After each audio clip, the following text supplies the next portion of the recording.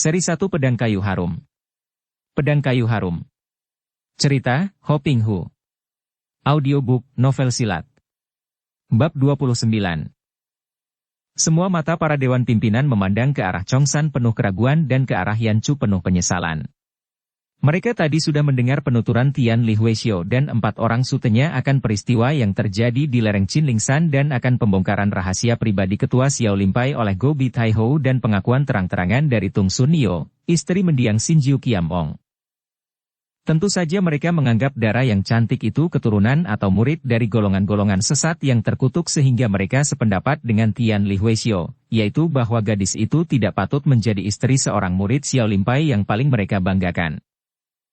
Tiong Pek Hosiang memandang muridnya dengan senyum di bibir, sikapnya tenang sekali dan mengangguk-angguk.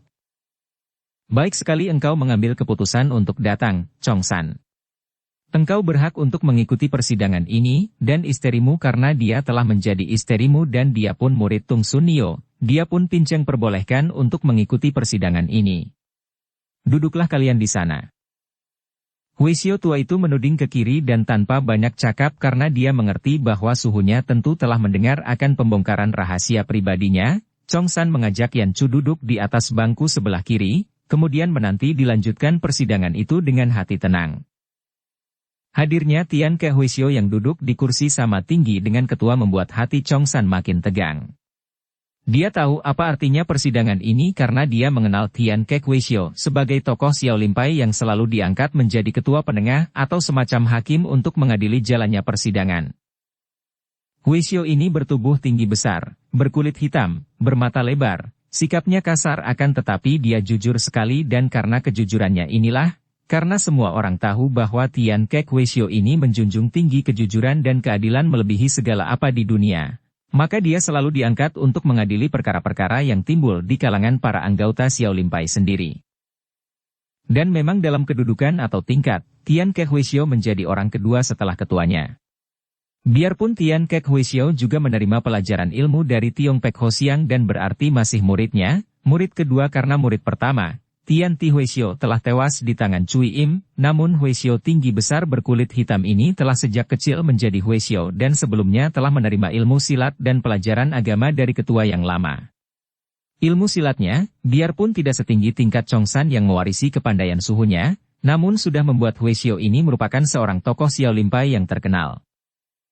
Tian Li, teruskan kata-katamu yang terputus oleh datangnya Chong San tadi. Terdengar ketua Xiao Limpai berkata dengan suara halus dan sikap tenang. Tian Li Huaishou mengusap keringat dari dahi dengan ujung bajunya. Tugasnya amat berat dan menekan hatinya. Betapa dia tidak akan merasa berat kalau harus menjadi penuntut gurunya sendiri, bahkan ketuanya sendiri? Namun, dengan keyakinan bahwa yang dilakukannya adalah demi kebenaran, dia lalu mengangkat muka dan berkata dengan suara nyaring. Tecu telah menceritakan semua yang terjadi di lereng Qinlingshan dan semua kata-kata busuk yang diucapkan Go Bi Tai Hou. Seandainya kata-kata nenek itu hanya merupakan fitnah belaka, Tecu bersumpah akan membela kebersihan nama suhu dengan pertaruhan nyawa Tecu.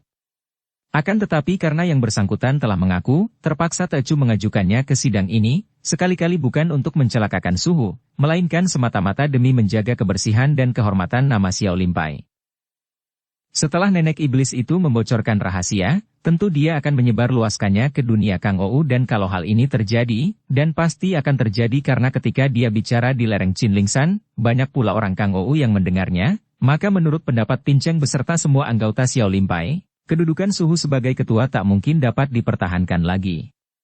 Selain itu, juga pernikahan Suteyap Chong San sebagai seorang tokoh muda Xiao Limpai yang diharapkan bersetia dan menjunjung tinggi nama Xiao Limpai, jika tidak dibatalkan dan dia melanjutkan hubungan jodoh itu dengan anggota keluarga yang sudah demikian tercemar namanya, juga akan merendahkan nama besar Xiao Limpai. Tecu mewakili seluruh anggota Xiao Limpai mohon keputusan yang seadilnya demi kehormatan Xiao Limpai. Hening setelah Huaishou ini menghentikan kata-katanya. Suasananya menjadi sunyi dan tegang sekali, hampir semua orang yang hadir tidak ada yang berani memandang langsung ke arah ketua mereka.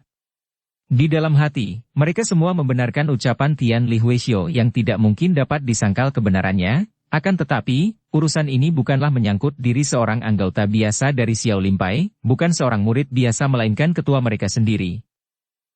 Mereka yang biasanya suka mengemukakan pendapatnya dalam persidangan seperti itu apabila ada seorang anggota Xiao Limpai yang diadili, kini bungkam dan tidak membuka mulut.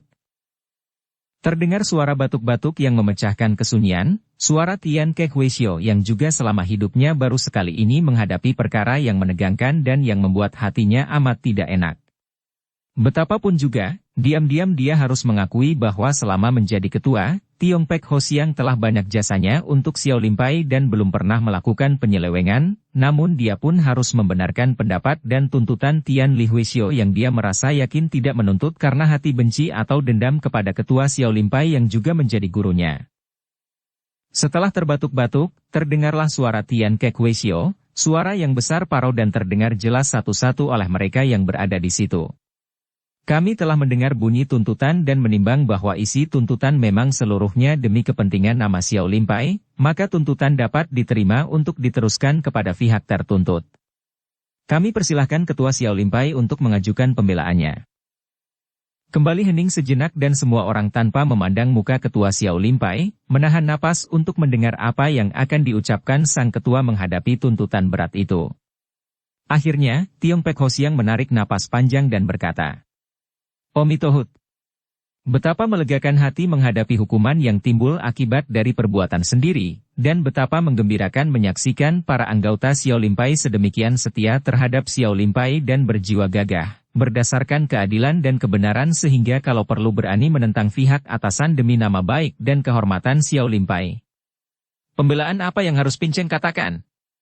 Ucapan Gobi Taihou bukanlah fitnah belaka dan Pinceng mengakui bahwa memang perbuatan maksiat itu pernah Pinceng lakukan di waktu muda.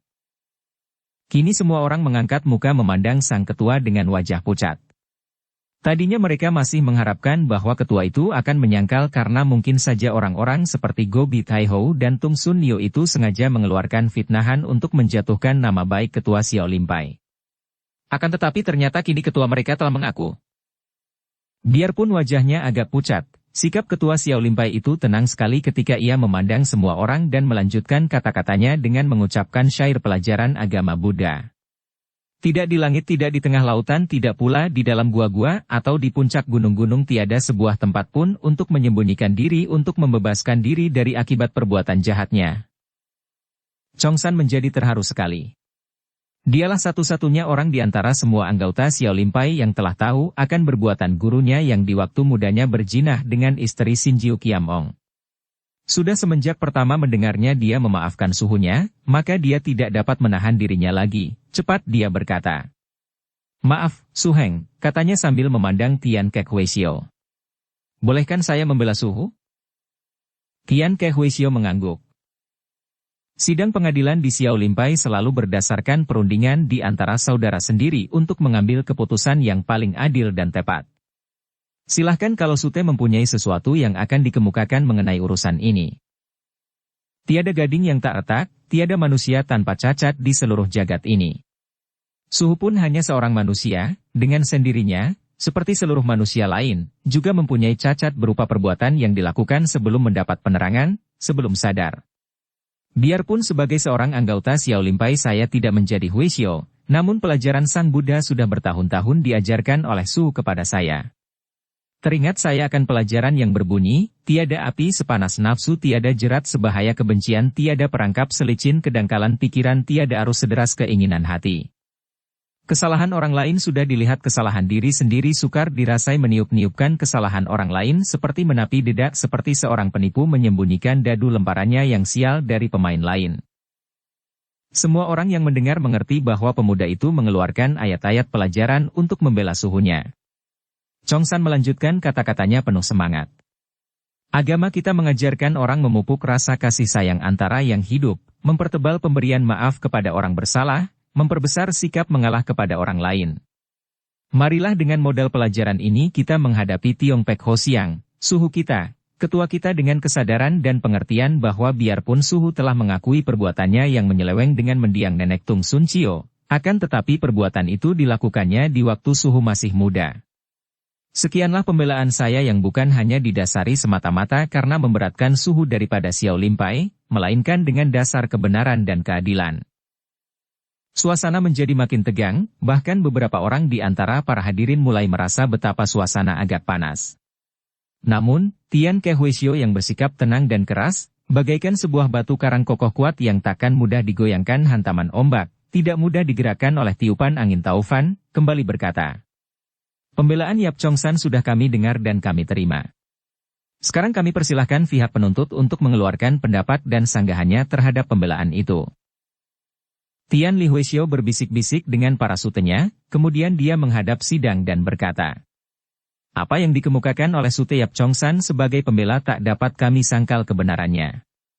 Sejak semula memang telah Pinceng kemukakan bahwa para anggota Xiao Limpai bukan sekali-kali menjatuhkan tuntutan dengan dasar membenci, melainkan semata-mata untuk melindungi kehormatan dan nama Xiao Limpai. Tidak dapat disangkal bahwa perbuatan itu dilakukan Suhu di waktu muda dan secara pribadi kami semua dapat memaklumi dan tidak akan merentang panjang urusan itu. Akan tetapi, sekali diketahui oleh dunia Kang Ou, akan bagaimanakah jadinya dengan nama dan kehormatan Xiao Limpai yang tentu akan dikabarkan bahwa Xiao Limpai diketuai oleh seorang yang harap Suhu maafkan Tecu, telah melakukan perbuatan seperti itu? Sekali ini benar-benar semua orang menjadi tegang. Tian Li Huisio dalam mengajukan dan membela tuntutannya, terlalu berani dan terlalu benar. Chongsan dapat menerima dan harus mengakui kebenaran ucapan itu, maka dia membungkam dan kini Tiong Pek Hosiang yang berkata. Omitohut. Semoga dosa yang hamba lakukan tidak sampai mendatangkan akibat buruk yang menimpa lain orang, kecuali hamba sendiri. Dia memejamkan mata sejenak, kemudian membukanya lagi dan memandang kepada semua yang hadir, lalu berkata. Pinceng sudah merasa bersalah dan Pinceng siap menerima akibat daripada perbuatan Pinceng sendiri, siap menerima hukuman yang akan diputuskan oleh sidang ini. Pinceng tidak akan membela diri, akan tetapi mengenai pernikahan antara Yap Chongsan dan Gui Yanchu, Pinceng harus membela Chongsan, bukan sekali-kali karena Pinceng berat sebelah dan pilih kasih, melainkan demi keadilan pula. Kalian semua maklum bahwa perjodohan antara mereka ini adalah tanggung jawab Pinceng sendiri karena Pincenglah yang mengikatkan perjodohan itu. Chongsan tidak bersalah apa-apa dalam hal ini, hanya memenuhi perintah Pinceng. Kalau keputusan itu dilaksanakan dan dianggap bersalah, biarlah Pinceng yang menerima hukumannya pula. Kemudian terserah keputusan sidang. Kini semua orang memandang Tian Kek Huisio. Mereka memandang penuh harapan, karena hanya kepada Huisio tua tinggi besar berkulit hitam inilah mereka menggantungkan harapan mereka untuk dapat mencari jalan keluar yang paling baik. Huisio tinggi besar berusia 70 tahun lebih ini pun maklum bahwa tugasnya amat berat dan amat penting, maka setelah berdoa sejenak sambil memejamkan mata, mohon kekuatan batin, dia membuka mata dan berkata. Setelah mendengar semua pendapat yang dikemukakan oleh pihak penuntut, pihak tertuntut dan pihak pembela, atas nama Tuhan yang Maha Kuasa, atas nama Buddha yang Maha Kasih, atas nama kebenaran dan keadilan yang kita junjung bersama, kami telah mengambil kesimpulan dan telah mempertimbangkan untuk menjatuhkan keputusan yang hendaknya akan ditaati oleh semua pihak yang bersangkutan. Tiong Pek Hosiang telah melakukan perbuatan yang menyeleweng, akan tetapi karena perbuatan itu dilakukannya di waktu muda, di waktu belum menjadi anggota, apalagi ketua Xiao Limpai, maka Xiao Limpai tidak berhak memberi hukuman atas perbuatannya itu yang dilakukannya sebagai orang luar di waktu itu.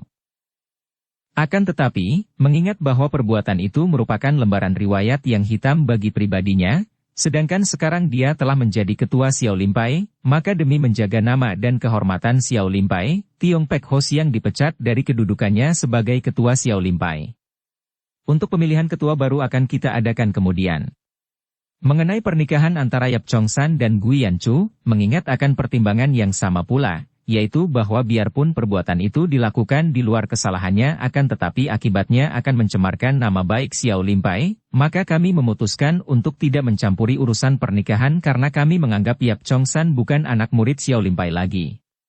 Selanjutnya harap Yap Chongsan tidak membawa nama Xiao Limpai sebagai perguruannya.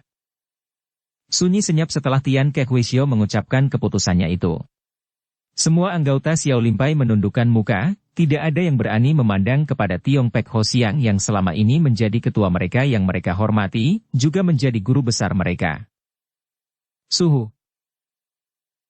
Kesunyian dipecahkan oleh keluhan Chongsan yang menubruk kaki gurunya dan berlutut sambil terisak penuh kedukaan, penyesalan dan keharuan. Tiong Pek Ho Siang tersenyum, mengelus rambut kepala muridnya itu sambil membaca doa pelajaran Buddha. Dunia ini bagaikan sebuah gelembung sabun. Dunia ini bagaikan sebuah hayalan. Dia yang memandang dunia sedemikian takkan bertemu lagi dengan Raja Kematian. Pandanglah dunia ini sebagai sebuah kereta kendaraan raja yang bercat indah, si dungu terpikat oleh keindahannya, tapi orang bijaksana takkan terpikat olehnya. Dia yang tadinya lengah dan tak sadar kemudian menjadi sadar dan rendah hati akan menerangi dunia seperti bulan yang terbebas dari gumpalan awan. Suhu, betapa hati tercu tidak akan berduka dan menyesal? Suhu telah melakukan banyak perbuatan mulia dan telah berjasa besar terhadap Xiao Limpai, akan tetapi sekarang. Hus! Chongsan, bangkitlah, hapus air matamu, usir semua kedukaan dan penyesalan hatimu. Pengadilan yang telah disidangkan oleh saudara-saudaramu sudah tepat, benar dan adil. Perbuatan sesat mendapat hukuman, ini sudah tepat dan patut. Mengapa disusahkan dan disesalkan? Siapa yang mengharuskan kita menyesal dan berduka menghadapi sesuatu yang menimpa diri kita? Tidak ada yang mengharuskan dan hanya kesadaran kita sendirilah yang menentukan. Apa yang menimbulkan susah dan senang? Bukan dari luar, muridku, melainkan dari dalam, dari hati kita sendiri yang dicengkeram nafsu mementingkan diri sendiri, nafsu iba diri. Jika dirugikan, kita susah, jika diuntungkan, kita senang. Bukankah itu picik sekali? Susah dan senang hanya permainan perasaan sendiri seperti air laut yang pasang surut. Suatu penipuan dari nafsu yang hanya dapat kita atasi dengan kesadaran, karena kesadaran akan mengangkat kita lebih tinggi daripada permainan susah senang itu, mendatangkan ketenangan dan tidak akan mudah dipengaruhi oleh perasaan. Andai kata engkau belum dapat mencapai tingkat itu, masih harus memilih antara susah dan senang, mengapa engkau tidak memilih? Susah menimbulkan tangis, senang menimbulkan tawa. Baik diterima dengan susah atau senang, persoalannya tidak akan berubah. Mengapa harus menangis? Tangis hanya akan menimbulkan hal-hal yang tidak baik, karena dapat menimbulkan kelemahan batin sendiri, dapat mendatangkan keharuan pada orang lain. Tangis susah akan mudah mengukirkan dendam dalam hati, melahirkan dosa-dosa lain. Dalam menghadapi sesuatu, sama-sama menggerakkan bibir, mengapa tidak memilih tawa daripada tangis? Hasilnya lebih baik bagi diri sendiri dan bagi orang lain. Chongsan, ingatlah engkau bahwa yang terpenting daripada segala dalam menjalani penderitaan hidup ini hanyalah penerimaan. Penerimaan akan segala hal yang menimpa diri kita disertai kesadaran bahwa segala yang terjadi adalah akibat daripada perbuatan kita sendiri, sesuai dengan kehendak Tuhan. Kesadaran ini akan menuntun kita untuk menerima segala peristiwa dengan penuh penyerahan kepada kekuasaan Tuhan, karenanya akan tetap tenang karena sudah waspada bahwa segala peristiwa yang terjadi takkan dapat dihindarkan oleh kekuasaan manusia yang sesungguhnya hanya makhluk lemah yang selalu menjadi permainan dari nafsu-nafsunya sendiri.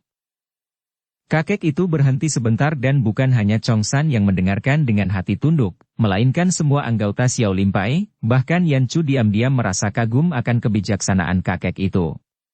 Gadis ini di dalam hatinya melihat seolah-olah kakek itu telah duduk di tempat yang begitu tinggi sehingga tidak akan terseret oleh gelombang penghidupan yang mempermainkan manusia. Pinceng merasa bersyukur kepada sidang pengadilan dan Pinceng menerima keputusan tadi. Mulai saat ini, Pinceng bukan lagi ketua Xiao Limpai, dan sesuai dengan peraturan perkumpulan kita, Pinceng persilahkan kepada para tokohnya untuk mengadakan pemilihan ketua baru. Sebagai seorang anggota yang masih berhak, Pinceng pribadi mengusulkan agar Tian Kek Huisio untuk menduduki jabatan ketua. Adapun Pinceng sendiri, Pinceng minta agar diperbolehkan menghabiskan usia yang tidak berapa ini untuk bersamadi di dalam ruang kesadaran yang berada di ujung belakang. Apa yang Suhu katakan merupakan perintah bagi tercu sekalian, kata Tian Kek Huisio.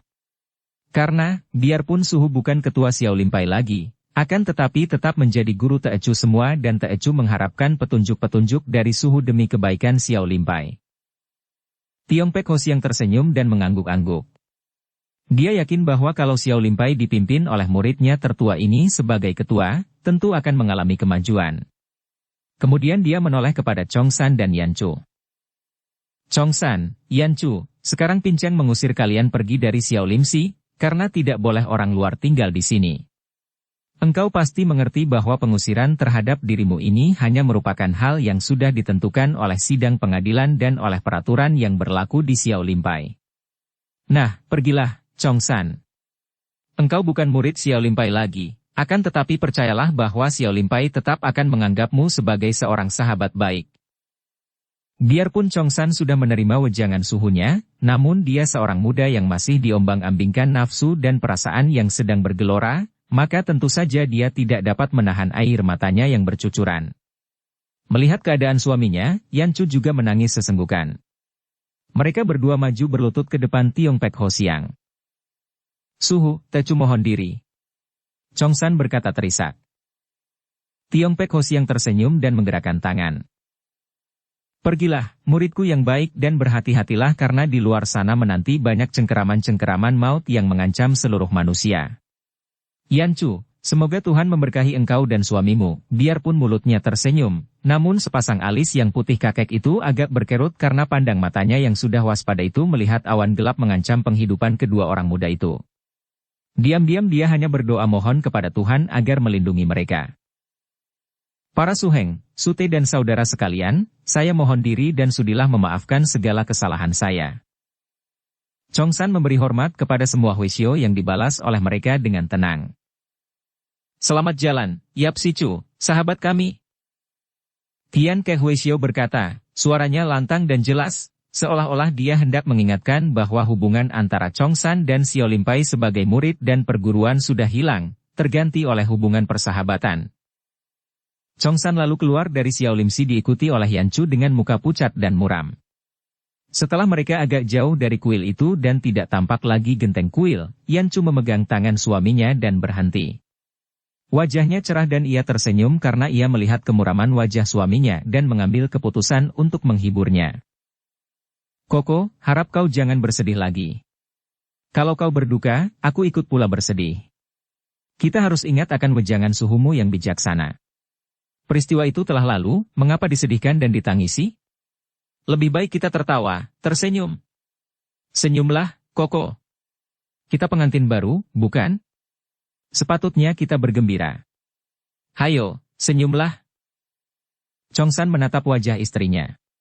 Wajah yang cantik jelita seperti bidadari, yang tersenyum-senyum sehingga bibirnya merekah dan tampak ujung deretan gigi yang seperti mutiara, mata yang berkaca-kaca biarpun mulutnya tersenyum.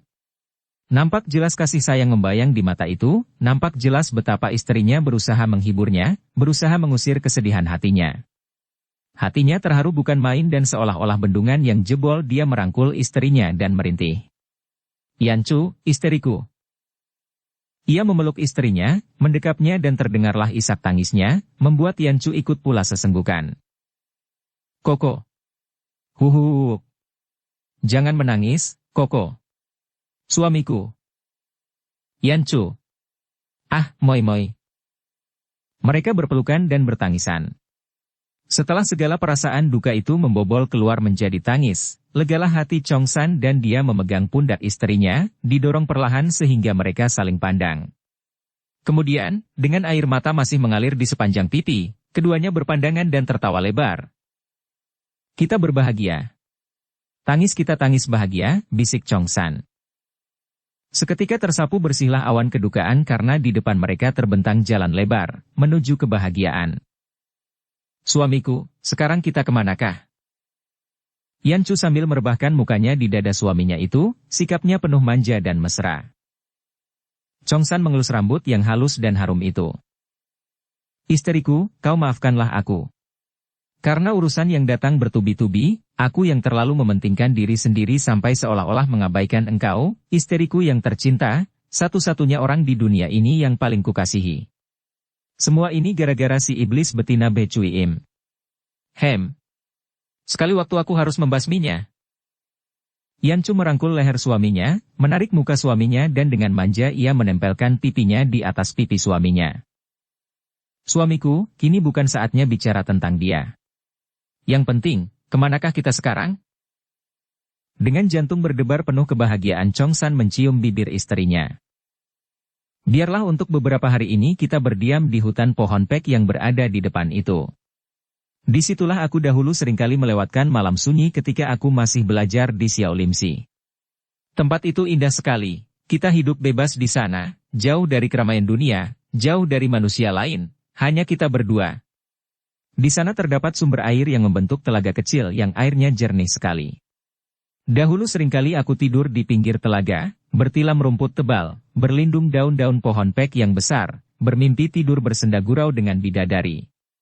Sekarang mimpi itu menjadi kenyataan dan engkaulah bidadarinya, isteriku. Ih! Yancu cemberut. Hidup seperti binatang liar di hutan? Bagaimana kalau ada orang melihat kita? Tempat itu masih termasuk wilayah kekuasaan Xiao Limsi, tidak ada yang berani datang ke sana. Para suheng tentu akan menjauhkan diri dan membiarkan kita bersenang di sorga dunia itu. Kita hanya beberapa hari tinggal di sana, kemudian kita pergi ke kota Lengkok di mana tinggal seorang pamanku.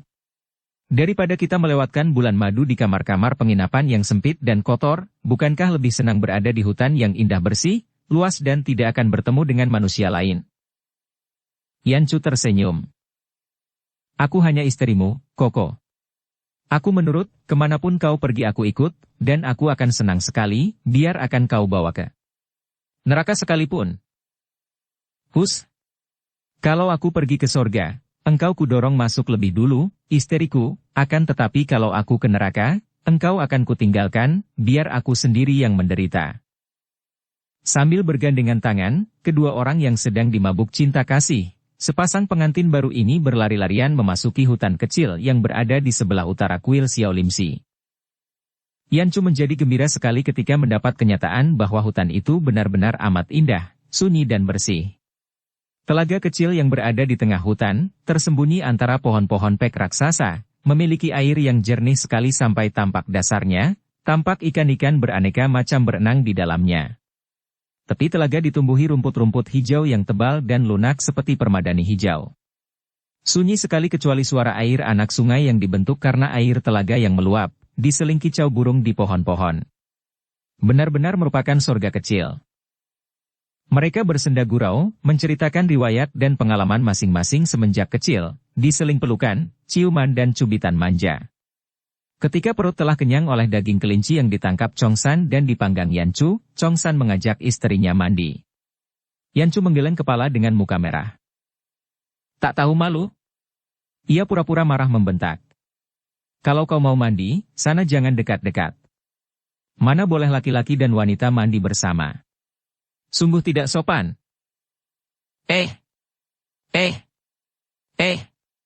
Kita memang laki-laki dan wanita, akan tetapi kita pun suami istri. Mengapa tidak boleh? Dan malu kepada siapa? Tidak ada yang melihat kita. Masa tidak sopan? Hayolah, bukankah engkau istriku dan aku suamimu? Enak sekali mandi di sini, kalau kau tidak pandai renang, di pinggir dangkal, hanya setinggi perut. Dan biar aku yang mengajar kau berenang. Chongsan mulai menanggalkan bajunya. Melihat dada suaminya bertelanjang, makin merah muka Yancu dan jantungnya berdebar tidak karuan. Mengapa masih belum membuka pakaian? Chongsan menegur setelah selesai menanggalkan pakaian atasnya. Yancu menunduk dan menggeleng kepalanya. Aku tidak mandi. Wah, aku yang celaka. Punya istri tidak pernah mau mandi.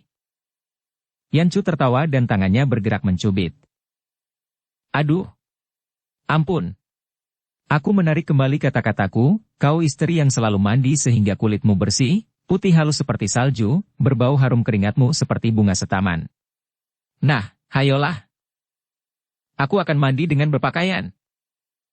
Mana bisa? Kita tidak membawa bekal, kalau pakaianmu basah, kau masuk angin, wah, aku yang repot. Yancu, setelah menjadi istriku, kenapa engkau sungkan dan malu? Tidak. Tidak mau. Kupaksa.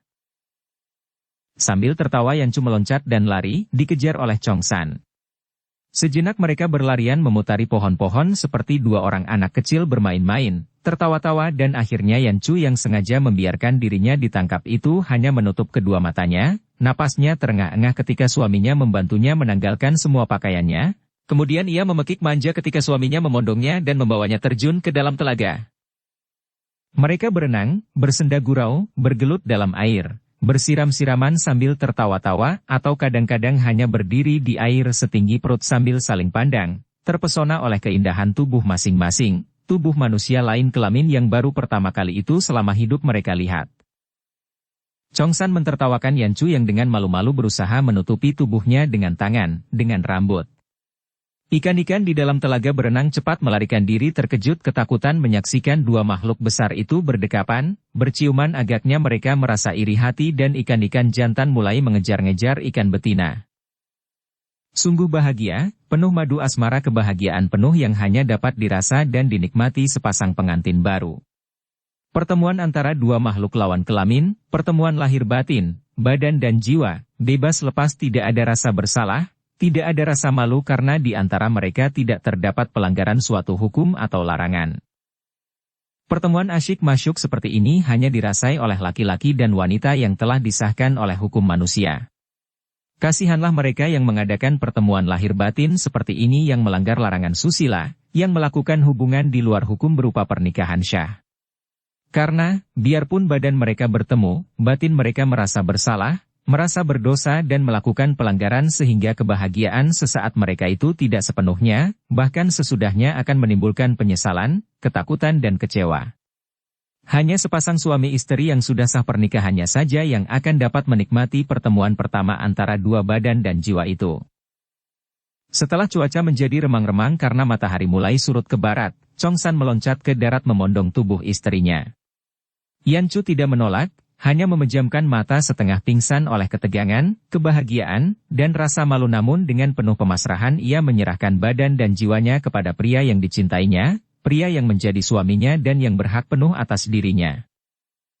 Hanya pohon-pohon raksasa yang melindungi atas kepala mereka yang menjadi saksi, bersama bulan yang muncul mengintai dari balik awan, air telaga yang sunyi, rumput hijau tebal halus yang menjadi tilam tubuh mereka, diiringi bunyi-bunyi merdu gemerciknya air anak sungai dan desau angin mempermainkan pohon-pohon rumput, dan rambut Yanchu yang panjang dan menyelimuti tubuh mereka berdua.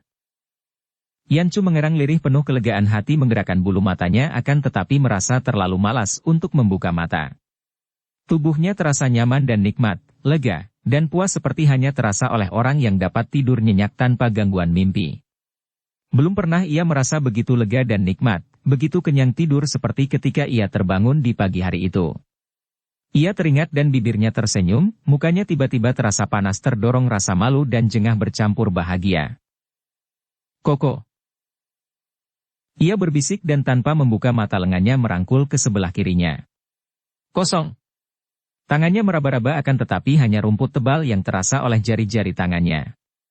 Ia membuka matanya, mengejap-ngejapkan mata kemudian membukanya lebar-lebar. Rumput di sisinya masih rebah bekas tertindih tubuh Chongsan, akan tetapi suaminya tidak ada di situ. Pedang Kayu Harum Jilid 195. Suaminya. Betapa mesra sebutan ini sekarang di hatinya. Chongsan adalah suaminya, suami dalam arti kata sepenuhnya. Bukan hanya sebutan seperti beberapa hari yang lalu, semenjak mereka menikah lalu tertimpa peristiwa yang hebat. Kini Chongsan adalah suaminya sepenuhnya. Akan tetapi kemanakah dia? Tumpukan pakaian suaminya tidak ada. Yanchu menggigil, terasa dingin dan baru sadar bahwa tubuhnya tidak berpakaian, bahwa api unggun hanya tinggal asapnya saja. Cepat ia meloncat bangun, menyambar dan mengenakan pakaiannya, matanya mencari-cari. Chongsan tidak berada di tempat itu? Ah, tentu dia mencari bahan sarapan, pikirnya dan Yanchu duduk melamun dengan bibir tersenyum-senyum bahagia. Cinta kasihnya terhadap Chongsan makin mendalam setelah orang muda itu kini menjadi suami sepenuhnya semenjak malam tadi. Teringat ia akan sendau gurau mereka di telaga dan Yanchu memandang ke arah air telaga dengan pandang mata mesra, seolah-olah ia berterima kasih kepada telaga itu. Terkenang ia akan semua yang terjadi kemarin, mereka berkejaran, ia berusaha menolak harus menanggalkan pakaian untuk mandi bersama, kemudian betapa mereka saling menggoda di air, dan akhirnya betapa kedua lengan yang kuat dari suaminya memondongnya keluar dari telaga, betapa di atas tilam kasur yang seperti permadani, mengalahkan segala kasur yang paling mewah di dunia ini, mereka memadu asmara suami istri yang syah. Yanchu menarik napas panjang, penuh bahagia dan tiba-tiba ia terkejut.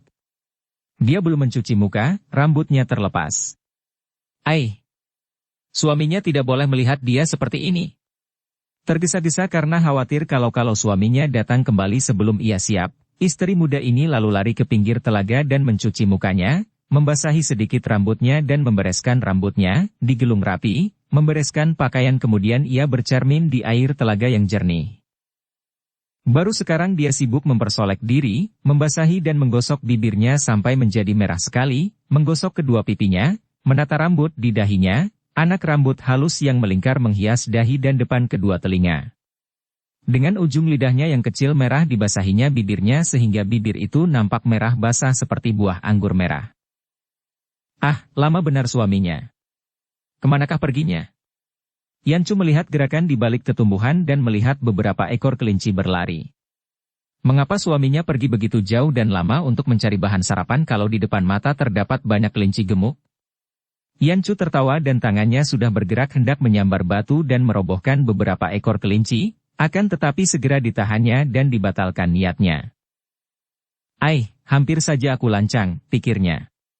Suami sedang pergi mencari bahan sarapan, kalau datang membawa binatang buruan lalu melihat bahwa dia telah menangkap beberapa ekor kelinci, bukankah akan membuat suaminya kecewa sekali? Biarlah, dia akan menanti dengan sabar. Bukankah termasuk kewajiban seorang istri untuk menanti suaminya dengan penuh kesabaran, kesetiaan dan cinta kasih? Yancu tersenyum lagi dan melanjutkan mempersolek diri, menata rambut dan merapikan pakaian, mereka-reka bagaimana dia harus bersikap dan bicara nanti jika suaminya kembali. Dia merasa malu sekali setelah malam tadi dan membayangkan betapa pandang mata suaminya tentu akan bicara banyak, betapa tanpa kata-kata, pandang mata suaminya akan dapat menggodanya. Jantungnya berdebar penuh kebahagiaan, ketegangan dan rasa malu. Kalau saja Yancu tahu. Kalau saja istri muda yang menanti penuh kebahagiaan ini mengetahui bahwa suaminya sama sekali bukan pergi mencari bahan sarapan. Akan tetapi, bagaimana dia bisa tahu? Pagi itu Chongsan meninggalkan istrinya, setelah mengenakan pakaian dia berlari cepat seperti gila menuju ke kuil Xiao Limsi. Wajahnya keruh sekali, pandang matanya muram dan rambutnya awut-awutan, kadang-kadang pandang matanya liar penuh kemarahan dan rasa penasaran. Pandang mata ini diiringi kepalan kedua tangan sampai otot-ototnya berbunyi dan giginya yang menggigit-gigit berkerot. Yap Sicu. Seperti ini datang berkunjung, ada keperluan apakah? Huisio penjaga pintu depan kuil menyambut kedatangan Chongsan dengan pandang mata terheran-heran. Aku ingin bertemu dengan Suhu. Huisio itu merangkap kedua tangan depan dada. Seingat Xiao Cheng, Sicu tidak mempunyai suhu di Xiao Limsi. Persetan segala kepura-puraan ini. Aku minta menghadap Tiong Pek Ho Siang. Ada keperluan yang amat penting sekali. Akan tetapi, Tiong Pek Ho Siang sedang bersamadi, beliau telah memasuki ruangan kesadaran, tidak boleh diganggu. Aku tidak akan mengganggunya, hanya ingin menyampaikan sesuatu. Sudahlah, harap jangan mempersulit aku. Biarlah aku pergi sendiri mencarinya di ruang kesadaran. Chongsan melangkah maju akan tetapi Huisio penjaga pintu itu berdiri menghalang dengan pandang mata heran. Sebagai bekas murid Xiao Limpai apakah Sicu tidak tahu akan peraturan di sini? Orang luar tidak boleh memasuki kuil begitu saja tanpa seizin para pimpinan. Chongsan mengerutkan keningnya. Aku tidak berniat buruk dan aku perlu sekali menghadap Suhu. Tiong Pek Ho Siang. Kepentingan ini akan kupertaruhkan dengan nyawa dan kalau terpaksa aku akan menggunakan kekerasan memasuki kuil untuk menghadap beliau. Tiba-tiba terdengar suara yang keras dan nyaring. Ada apakah ribut-ribut sepagi ini? Yang muncul adalah Tian Kek Huisio, Huisio tua tinggi besar yang usianya sudah 70 tahun lebih itu, sikapnya tenang namun karena tegas dan penuh wibawa, membuat Chongsan serta-merta menjatuhkan diri berlutut. Suheng. Maaf. Lo Suhu. Mohon perkenan agar Taju boleh menghadap Lo Cianpui Tiong Pek Ho Siang, penting sekali. Mohon perkenan sekali ini saja. Sejenak sepasang mata Huisio tua itu memandang penuh perhatian, kemudian dia menggerakkan tangan menggapai. Mari masuklah, Yap Sicu, kita bicara di dalam. Chongsan tidak berani membantah, bangkit dan mengikuti Huisio tua itu memasuki ruang tamu di mana tidak terdapat lain Huisio. Setelah dipersilahkan duduk, Huisio tua itu bertanya. Nah, sekarang katakanlah. Ada keperluan apakah Sicu pagi-pagi mendatangi kami? Suheng.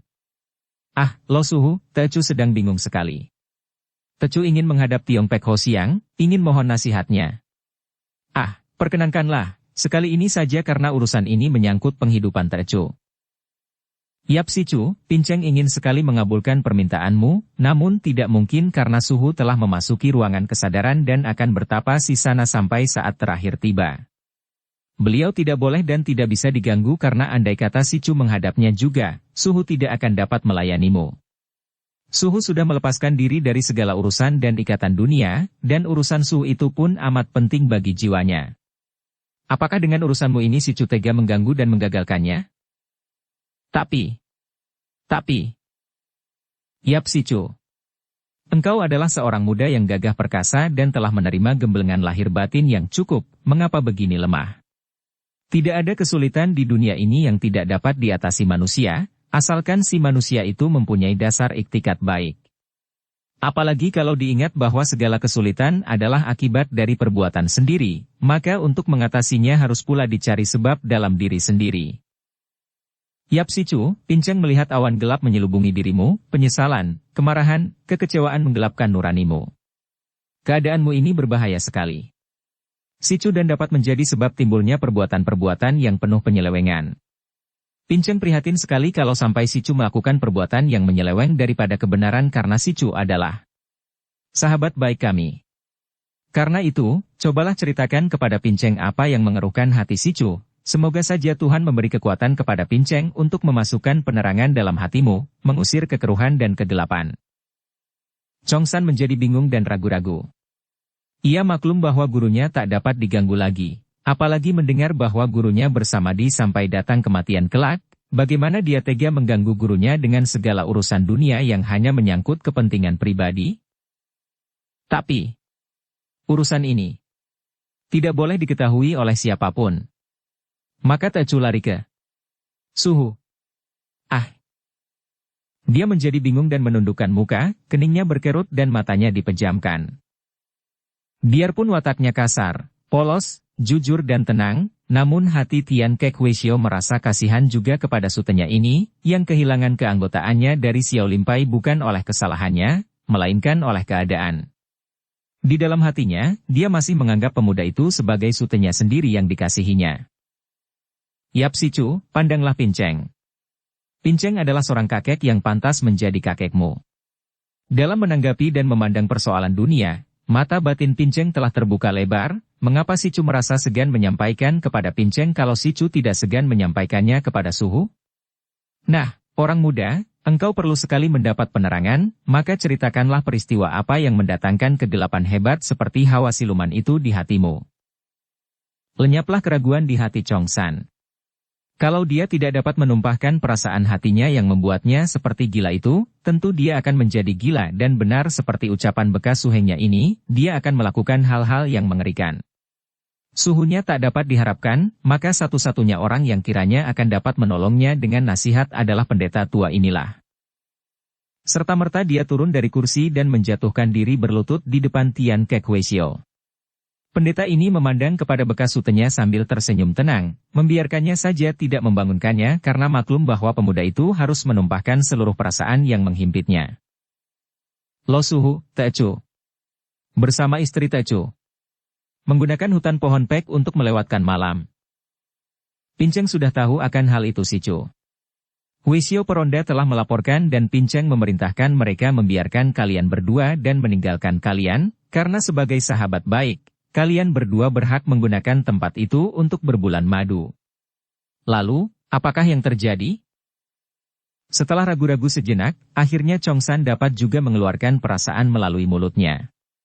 Lo Suhu, malapetaka hebat menimpa diri Tecu. Malam tadi.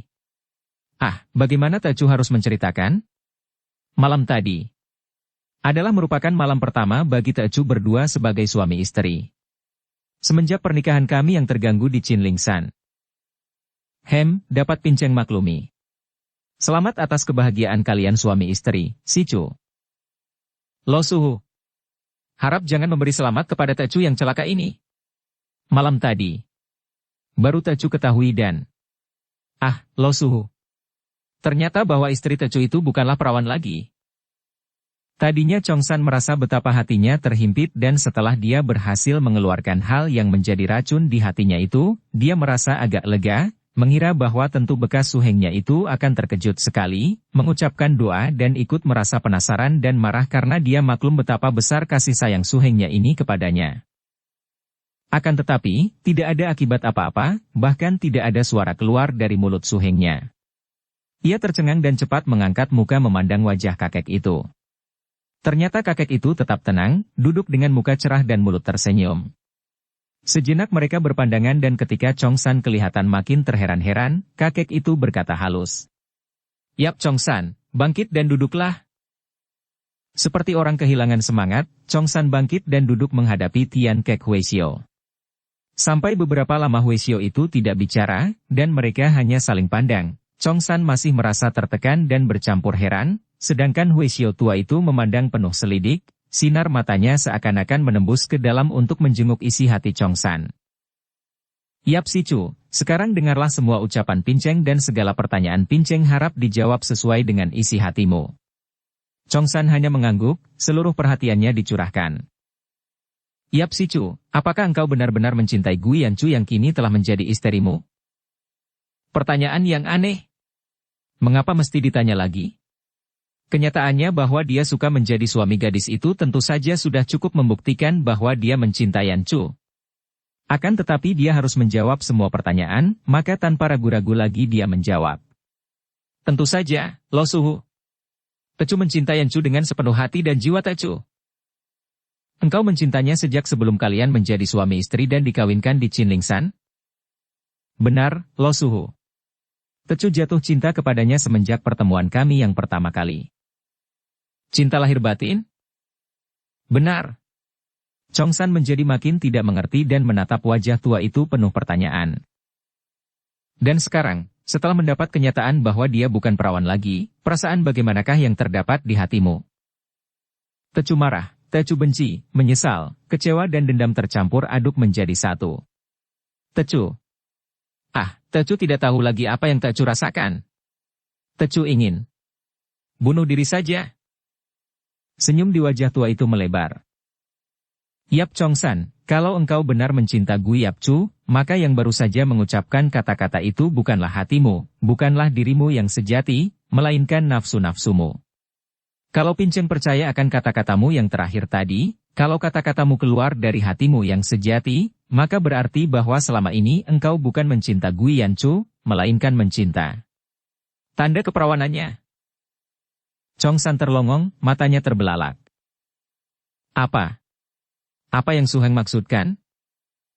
Saking kaget dan bingung, dia sampai lupa dan menyebut Suheng kepada Huaishio itu. Tian Ke Huaishio tidak mencela, melainkan berkata, suaranya jelas dan penuh ketenangan. "Kalau engkau mencinta Gu Yanchu, tentu pribadinya yang kau cinta, lahir batinnya, dirinya segala termasuk kebaikan dan cacat yang ada pada dirinya. Kalau engkau kehilangan dia, barulah engkau akan berduka dan menyesal. Akan tetapi karena yang kau cinta adalah tanda keperawanannya, maka begitu engkau kehilangan tanda itu, engkau menjadi berduka dan menyesal. Betapa picik dan rendahnya cintamu, Yap Sicu. Cinta berada di dalam hati, bukan di kulit daging. Cinta yang hanya sedalam kulit daging hanyalah cinta berahi. Tanda keperawanan hanya merupakan persoalan kulit daging belaka. Kalau betul engkau mengaku cinta kepada istrimu, maka cintamu itu adalah palsu. Cintamu itu hanyalah cinta berahi kalau kini engkau meributkan soal perawan atau bukan. Memilih seorang istri bukan seperti milih seekor ayam yang hendak disembelih, kemudian merasa kecewa dan menyesal setelah mendapat kenyataan bahwa ayam itu sakit. Sama sekali bukan. Memilih seorang istri berarti memilih jodoh, memilih teman hidup selamanya berdasarkan cinta kasih yang murni, siap untuk hidup berdampingan selamanya, senang sama dinikmati, susah sama diderita. Kalau kenyataan bahwa istrimu bukan perawan lagi melenyapkan cintamu, maka cintamu itu bukanlah cinta murni, melainkan cinta yang semata-mata didasarkan pada hubungan jasmaniah saja. Ucapan itu bagaikan halilintar di siang hari menyambar kepala Chongsan. Dia terbelalak, matanya tak pernah berkedip memandang wajah Huaishio yang tenang dan mulutnya tersenyum, akan tetapi sinar matanya tajam berpengaruh itu. Akan tetapi dia masih penasaran dan membantah. Akan tetapi, Lo Suhu, cinta yang murni harus disertai kesetiaan, tidak boleh dikotori dengan perzinahan. Sudah terang bahwa dia telah berzina dengan orang lain, dan ini merupakan penipuan terhadap Tercu. Sebuah penipuan yang amat kotor menjijikkan. Berkata demikian, terbayanglah wajah Chia Keng Hong di depan mata Chong San, dadanya menjadi panas penuh dendam dan kemarahan, napasnya menjadi terengah-engah. Tian Kehuisio mengangkat tangan ke atas, seolah-olah hendak mencegah pemuda itu berlarut-larut, kemudian terdengar dia berkata, "Kata-katamu itu memang benar dan tepat, Yap Sicu. Namun, kesetiaan itu hanya berlaku kepada mereka yang telah saling mengikat dengan cinta kasih, terutama dengan pernikahan. Kalau dahulu, ketika kalian saling bercinta, kemudian ternyata bahwa dia melakukan hubungan baik perzinahan maupun cinta kasih dengan pria lain, itu berarti bahwa dia menyeleweng dan mengingkari hubungan cinta yang sudah merupakan ikatan janji, dan tentu saja kalau terjadi demikian, engkau berhak. Bahkan sebaiknya kalau engkau memutuskan hubungan cinta itu. Kalau setelah menjadi suami istri, istrimu melakukan penyelewengan dan berzina dengan pria lain, maka engkau pun berhak untuk merasa menyesal dan marah, berhak untuk menceraikannya. Akan tetapi, dalam hal ini, tidak terjadi pelanggaran seperti itu. Kalau istrimu itu dahulu, sebelum bertemu denganmu, melakukan hubungan dengan pria lain, hal ini bukanlah berarti dia menipumu, dia tidak bersalah kepadamu dan melanggar ikatan apa-apa denganmu. Waspadalah, Yap Sicu, dan berpikirlah secara bijaksana. Kalau benar kenyataan bahwa istrimu bukan perawan, itu berarti dia pernah melakukan hubungan badani dengan pria lain, maka hal itu terjadi dahulu dan merupakan peristiwa yang sudah lalu, sama sekali tidak ada sangkut paut dengan hubungan cinta kasih di antara kalian. Agak dingin rasa panas di hati Chong San. Sampai lama dia diam saja, otaknya diperas, terjadi perang di hatinya. Terbuka mata hatinya bahwa memang dia tidak adil sekali kalau harus membenci Yancu karena istrinya bukan perawan lagi. Sejak pertemuan pertama Yancu sudah bukan perawan lagi, dan sekarang hanyalah pembukaan rahasia itu. Akan tetapi mengapa gadis itu tidak berterus terang? Itu berarti menipunya. Mana mungkin seorang gadis mengaku dan bicara tentang keperawanannya? Akan tetapi mengapa bersikap seolah-olah masih perawan, masih belum pernah melakukan hubungan jasmani dengan pria lain? Habis, apakah dia harus berteriak-teriak memamerkan ketidakperawanannya?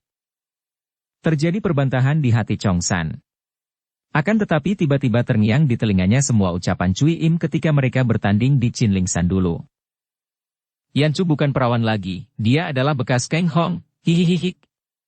Tan Chong San, engkau pemuda tolol. Panas lagi hati Chong San, panas oleh cemburu. Matanya melotot, mukanya merah sekali.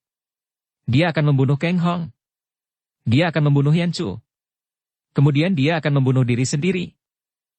Yap Sicu, tenanglah dan kalahkan nafsu di hatimu sendiri. Tiba-tiba terdengar suara Tian Kehuisio yang tenang, sabar dan penuh wibawa. Chong San dapat mengendalikan lagi hatinya, akan tetapi dia masih penasaran dan bertanya. Lo Suhu. Apakah Lo Suhu hendak mengatakan bahwa seorang gadis yang melakukan hubungan badani dengan seorang pria di luar pernikahan bukan merupakan perbuatan kotor, hina, menjijikkan dan terkutuk? Semua perbuatan yang menyeleweng daripada kebenaran adalah terkutuk, Sicu, terkutuk oleh kesadarannya sendiri melahirkan hukum karma. Jika benar bahwa istrimu pernah melakukan pelanggaran itu, maka sama saja dengan dia menanam benih yang kelak setelah bersemi, buahnya akan dia petik sendiri. Sama sekali tidak ada hubungannya dengan dirimu, dan andai kata Sicu melakukan hal yang bukan-bukan menurutkan nafsu marah dan bertindak terhadapnya, nah hal itu dapat saja dianggap sebagai karma, atau akibat perbuatannya yang sesat. Mengertikah engkau, Sicu? Akan tetapi, jangan lupa pula bahwa kalau Sicu melakukan sesuatu yang mengerikan terhadap urusan ini, Sicu juga tersesat, tidak berbeda dengan yang telah dilakukan istri Sicu, dan kesesatan ini pun berbuah kelak. Akan tetapi, Lo Suhu, seorang perempuan yang telah begitu merendahkan dirinya, sebagai seorang gadis berzina di luar nikah, perempuan seperti itu apakah masih dapat dipercaya akan menjadi seorang istri yang baik? Sicu bicara hanya menurutkan nafsu iba diri yang menggunakan kemarahan untuk membakar hati Sicu. Berzina adalah satu dari sekian banyaknya perbuatan menyeleweng dari manusia. Akan tetapi janganlah Sicu menempelkan sebuah perbuatan menyeleweng pada diri orang itu dan selanjutnya dicap sebagai penyeleweng seumur hidupnya. Yap Si Chu, manusia di dunia ini siapakah yang tidak pernah menyimpang dari kebenaran? Macam-macam penyelewengannya, dan kebetulan sekali perzinahan dianggap sebagai penyelewengan terbesar untuk kaum wanita, akan tetapi setiap penyelewengan adalah manusiawi, timbul dari kelemahan batin manusia. Betapapun juga, tidak boleh menilai seseorang dari perbuatan sesaat untuk menjadi tanda selama hidupnya. Contohnya, maaf, Suhu, terpaksa Tacu membawa nama Suhu untuk menyadarkan Yap Si Chu, adalah suhu kita sendiri. Beliau pernah melakukan penyelewengan yang itu, akan tetapi apakah selanjutnya beliau hidup sebagai seorang yang menyeleweng dari kebenaran? Sama sekali tidak, sungguh pun hukum karma masih selalu mengikuti beliau. Sama saja dengan istrimu, Si Chu. Seorang yang melakukan penyelewengan dari kebenaran, adalah seorang yang sedang sakit. Bukan jasmaninya yang sakit, melainkan batinnya. Dan harus diingat bahwa yang sakit dapat sembuh. Sebaliknya harus selalu menjadi ingatan kita bahwa yang sesat dapat saja sewaktu-waktu jatuh sakit. Maka, selagi dalam sehat lahir batin, janganlah kita menekan terlalu berat kepada mereka yang sedang sakit lahir batinnya, karena mereka itu dapat sembuh dan kita dapat jatuh sakit. Mengertikah, Si Chu? Chong San menunduk. Semua ujangan itu meresap di hatinya dan dapat dia mengerti sepenuhnya. Hanya hati yang panas itu, betapa sukarnya menindas hati sendiri. Mohon petunjuk, Lo Suhu. Bagaimana Tacu harus bersikap terhadap istriku itu? Betapa Tacu dapat melupakan perbuatannya, melupakan kenyataan bahwa istri Tacu bukan perawan lagi. Cinta kasih yang murni akan dapat melenyapkan semua kekecewaan hati, Si Chu. Cinta kasih yang murni akan memperbesar kesabaran dan memperkaya maaf di hati dengan kesadaran bahwa tiada manusia tanpa cacat, maka segala cacat orang yang dicinta tentu akan mudah dimaafkan. Menerima seseorang harus dengan mata terbuka, dengan kesadaran sehingga akan mudah menerima orang itu berikut cacat-cacatnya dan kelemahan-kelemahannya karena tahu bahwa diri sendiri pun bukanlah orang yang tanpa cacat. Akan tetapi, bagaimana Tacu akan dapat melupakan tekanan batin ini? Apakah sebaiknya Tacu secara terus terang menanyakan hal itu dan menuntut agar dia menceritakan penyelewengannya yang lalu? Huisyo itu menggeleng kepala. Tidak bijaksana kalau Si Chu berbuat demikian. Seorang wanita memiliki perasaan yang amat peka, mudah tersinggung. Kalau Si Chu mengajukan pertanyaan itu, apapun kenyataannya, Si Chu akan menderita akibatnya. Kalau ternyata dia tidak berdosa, dia akan tersinggung dan menganggap Si Chu tidak percaya kepadanya dan hal ini mengakibatkan dia pun berkurang kepercayaannya kepada Si Chu. Sebaliknya, andai kata dia berdosa, dia akan mengambil dua macam sikap. Pertama, dia bisa merasa malu dan rendah diri, bahkan luka di hatinya itu, setiap penyelewengan tentu membekas dan menimbulkan luka penyesalan di hati, akan terbuka dan kambuh kembali. Dia akan menganggap Si Chu memandang rendah tidak menghargai dia dan hal ini hanya akan mengingatkan dia akan pria pertama yang pernah merebut hati dan tubuhnya. Kedua, kalau dia seorang yang tinggi hati, dia akan nekat dan malah menantang Si Chu dengan perbuatan yang seolah-olah tidak peduli dan tidak mengindahkan lagi ikatan pernikahannya dengan Si Chu karena dia menganggapnya toh sudah rusak. Sebaiknya, Si Chu menenangkan diri, mengubur diri dengan cinta kasih dan penuh maaf, didasari perasaan iba kepada istri yang pernah menyeleweng dari kebenaran sehingga harus menanti datangnya hukum karma. Lo Suhu berkata bahwa kalau dia tidak berdosa. Mungkinkah itu? Sudah jelas semalam bahwa Pinceng sudah berusia 70 tahun lebih, sudah tahu apa yang Si Chu maksudkan. Yap Si Chu, tanda keperawanan seorang wanita bukan hanya dapat dibuktikan di waktu malam pengantin pertama. Banyak hal yang dapat terjadi, yang memungkinkan dia kehilangan tanda itu di luar hubungan jasmani dengan pria, misalnya karena sakit, karena jatuh dan sebagainya. Terutama sekali harus diingat bahwa istrimu adalah seorang wanita yang berilmu tinggi, yang sejak kecil telah digembleng dengan ilmu silat, dengan gerakan-gerakan ketangkasan, maka kehilangan tanda keperawanannya bukanlah hal yang aneh lagi.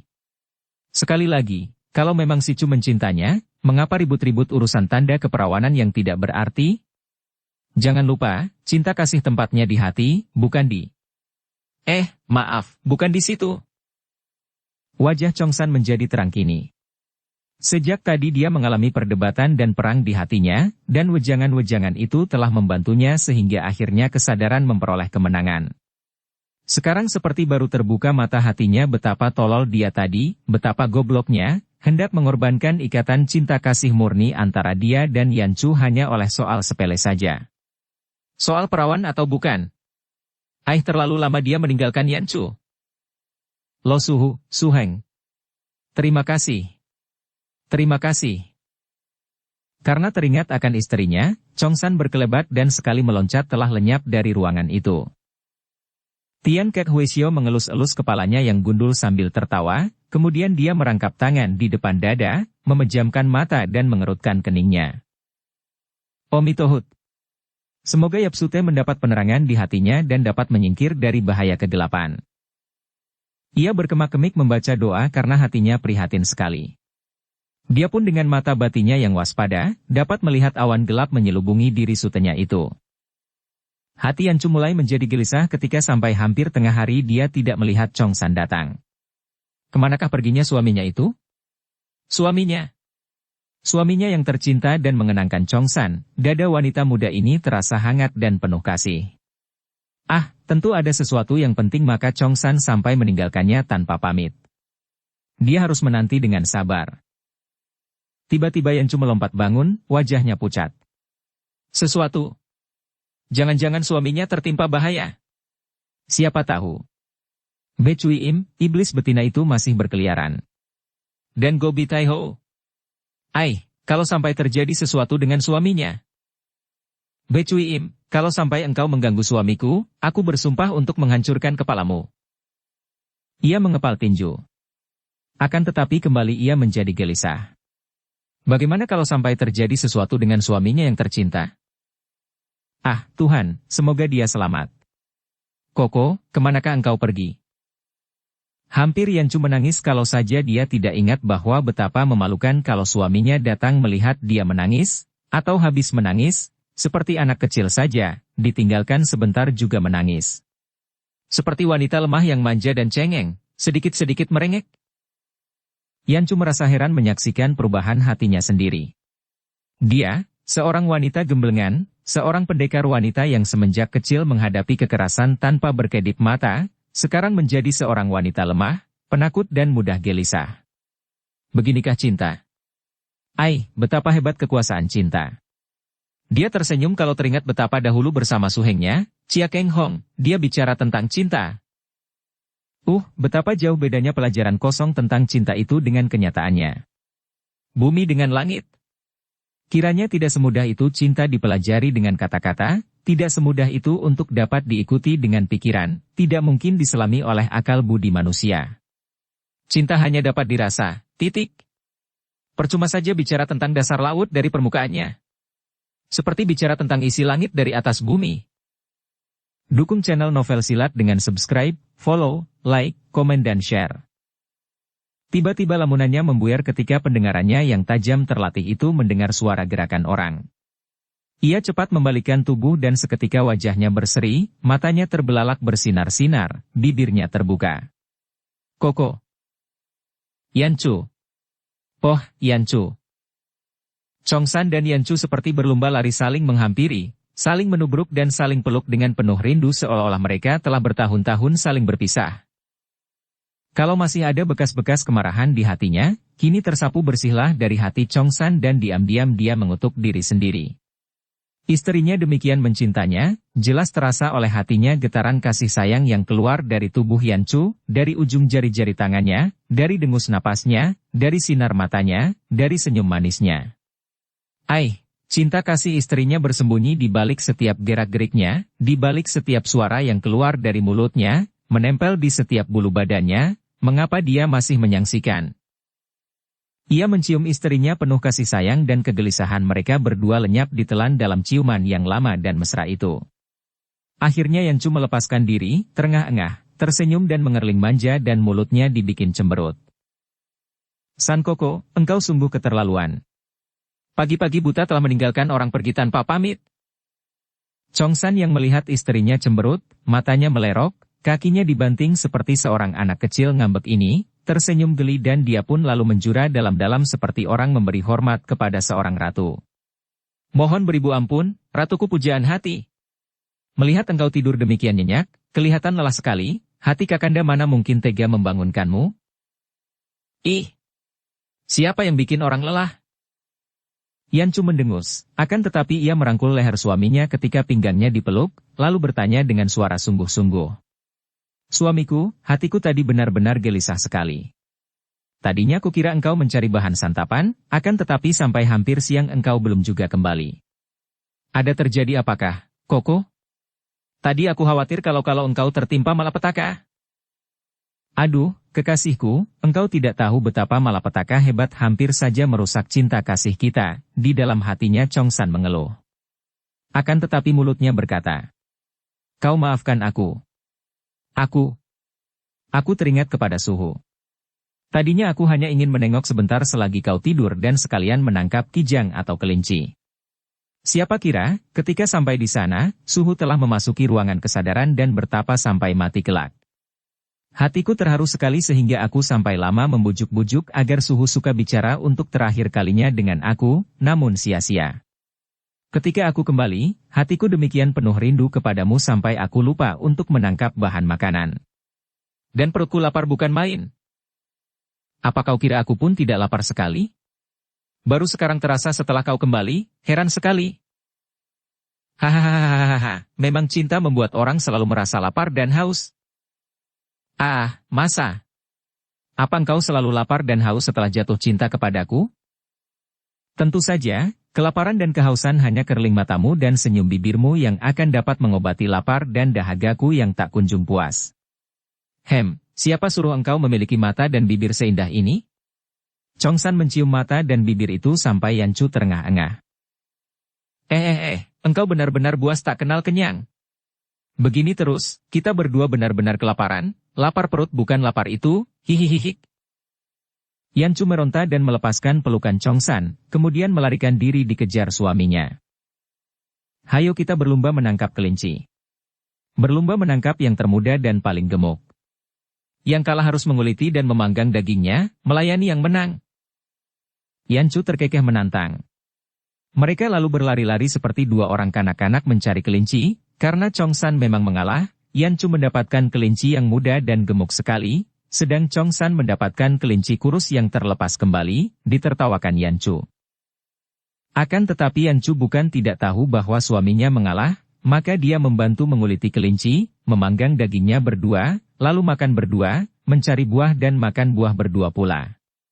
Tidak ada kesenangan lain yang lebih mengharukan hati daripada segala-galanya dilakukan berdua oleh suami istri ini.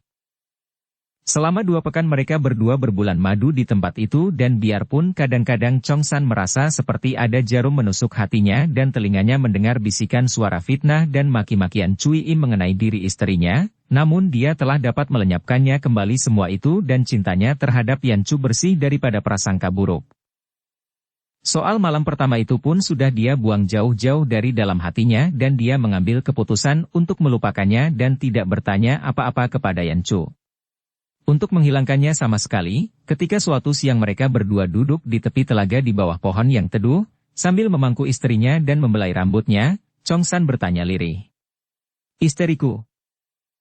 Yan Chu moi-moi, apakah engkau cinta padaku? Yan Chu terbelalak, lalu membalikkan tubuhnya, memandang wajah suaminya dan ia tertawa terpingkal-pingkal. Chong San mengerutkan alisnya dan mukanya tiba-tiba berubah pucat dan Yan Chu tidak melihat perubahan muka ini karena dia sedang tertawa dan kedua matanya terpejam. Yan Chu, mengapa kau tertawa? Apakah yang lucu tentang pengakuan cintamu? Baru Yan Chu terkejut ketika pundaknya diguncang oleh suaminya. Ia berhenti tertawa dan memandang dengan mata terbelalak. Juga Chong San baru sadar bahwa dia telah bersikap kasar, maka dia memeluk istrinya dan berbisik. Maaf. Aku telah menjadi gila. Yan Chu merangkul leher suaminya. Akulah yang minta maaf, suamiku. Tidak kumaksudkan untuk menyinggung hatimu. Aku memang merasa geli oleh pertanyaanmu yang kuanggap aneh. Masih belum dapat melihatkah engkau betapa cintaku kepadamu amat besar, dengan seluruh hati dan jiwaku? Suamiku, pertanyaanmu benar aneh. Aku cinta padamu. Aku cinta padamu. Nah, kalau kau belum puas boleh kuulangi sampai 1000 kali, aku cinta padamu, aku cinta padamu, aku cinta. Terpaksa Yanchu tak dapat melanjutkannya karena bibirnya telah dicium oleh Chongsan dan ia merasa betapa bibir suaminya menggigil dan ada rasa olehnya sedu sedan naik dari dada suaminya ke mulutnya. Dengan pengakuan itu, tersapu bersihlah segala keraguan hati Chongsan. Tidak mungkin istrinya pernah berhubungan dengan pria lain. Tentu benar seperti yang dikatakan Tian Kek Hwasyo, istrinya kehilangan tanda keperawanannya karena latihan ilmu silat yang berat. Atau, andai kata, semoga tidak demikian jika Tuhan menghendaki. Andai kata benar Yanchu pernah melakukan penyelewengan, dia sudah memaafkannya karena yang penting sekarang dan selama hidupnya Yanchu adalah miliknya, tubuh dan hatinya, terutama sekali cintanya. Mereka meninggalkan tempat yang menjadi sorga pertama bagi mereka itu, menuju ke kota Lengkok. Paman Chongsan adalah kakak mendiang ibunya, menerima kedatangan mereka dengan gembira dan ramah, kemudian berkat bantuan pamannya ini, Chongsan dan istrinya membuka sebuah toko obat-obatan di kota itu, hidup dalam keadaan sederhana namun cukup dan kaya dengan cinta yang membuat mereka tidak membutuhkan benda-benda duniawi lainnya lagi. Suami istri muda ini sama sekali tidak tahu bahwa kadang-kadang ada sepasang mata yang indah namun berkilat penuh kebencian mengintai mereka. Tidak tahu bahwa ada otak kepala beberapa orang manusia yang mencari-cari kesempatan untuk melakukan pukulan maut yang akan membuat kebahagiaan mereka hancur berantakan. Tidak tahu bahwa Bai Cui Im, wanita yang diperhamba nafsu iblis itu tidak pernah melepaskan mereka dari intaiannya, hendak menjadikan jalan mereka jalan untuk memuaskan nafsu kebencian dan dendamnya. Selama setengah tahun suami istri muda ini tinggal di Lengkok dan Yanchu telah mengandung 6 bulan. Tentu saja hal ini memperlengkap kebahagiaan mereka, membuat mereka selalu bersyukur kepada Tuhan yang telah melimpahkan berkah dan kebahagiaan kepada mereka. Pekerjaan mereka pun maju dan nama Chongsan terkenal sebagai Yapsinshe ahli pengobatan, padahal yang sesungguhnya ahli dalam hal pengobatan adalah istrinya. Toko obat mereka makin besar dan mereka hidup tidak kekurangan lagi. Kang Hong dan Biao Eng yang melakukan perjalanan sambil menikmati bulan madu, saling melimpahkan cinta kasih yang mendalam, tidak merasakan lagi jauhnya perjalanan. Bagi dua orang yang seolah-olah merasa bahwa dunia ini hanya ada mereka berdua, semua tempat tampak indah menyenangkan. Baik bermalam di dalam rumah penginapan, atau di dalam hutan, di padang rumput, di lembah sungai, bagi mereka tiada bedanya. Yang penting adalah merasa belayan tangan kekasih, merasai kehadiran pujaan hati dan mereka saling menumpahkan segala rindu dendam yang sudah bersemi di hati masing-masing semenjak tahunan yang lalu, saling menyiramkan cinta kasih tak mengenal puas. Sesuai dengan nasihat Biao Eng yang memandang segala sesuatu penuh perhitungan dan kewaspadaan, Kang Hong dan istrinya tidak langsung mengunjungi Xiao Limpai, hanya melihat dan mendengar dari jauh. Akhirnya dengan hati lega mereka mendengar bahwa tidak terjadi keributan di Xiao Limsi, hanya bahwa ketua Tiong Pek Ho Siang yang sudah amat tua usianya itu mengundurkan diri untuk bertapa di ruangan kesadaran, sedangkan kedudukan ketua telah dipilih Tian Kek Hwasyo. Mendengar ini, Kang Hong dan Biao Eng menjadi girang sekali, apalagi ketika mendengar bahwa Chongsan dan Yanchu setelah berbulan madu di hutan pohon pek, telah melanjutkan perjalanannya ke Lengkok. Kalau begitu, sebaiknya kita kembali saja ke Chinlingsan, suamiku. Sayang sekali kalau tempat yang indah itu tidak dipelihara. Mari kita pulang ke sana, dan kita bangun kembali rumah mendiang ibu tiriku. Kita tinggal di sana untuk sementara waktu, lihat perkembangannya kelak karena aku tidak suka tinggal di kota yang ramai. Lebih senang di pegunungan yang sunyi, hanya berdua denganmu. Kang Hong memegang lengan istrinya dan membelainya. Sesukamulah, Eng Moy. Hidupku mulai sekarang hanya untuk menuruti kehendakmu, untuk membahagiakanmu, dan kemana saja kau kehendaki untuk tinggal, aku setuju. Hongko, engkau baik sekali. Akan tetapi aku tidak begitu mau menang sendiri, aku tahu, seorang istri harus ikut dengan suaminya kemanapun suaminya pergi. Aku hanya menghendaki kita tinggal di Chinlingsan yang sunyi itu untuk selama setahun. Setelah anak kita lahir, aku menurut saja engkau akan tinggal di mana. Kang Hong mencengkeram lengan istrinya. Apa? Ah, anak kita. Biao Eng tersenyum dan mengangguk. Tidak tahukah engkau bahwa aku telah? Dia tidak melanjutkan kata-katanya dan menundukkan muka, kedua pipinya menjadi merah sekali.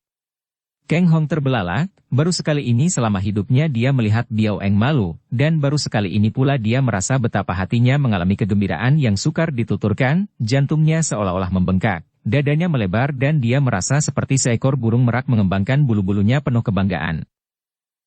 Mengandung. Biao Eng istriku, benarkah itu? Biao Eng mengangguk dan Kang Hong bersorak seperti anak kecil mendapat hadiah, memeluk Biao Eng dengan erat.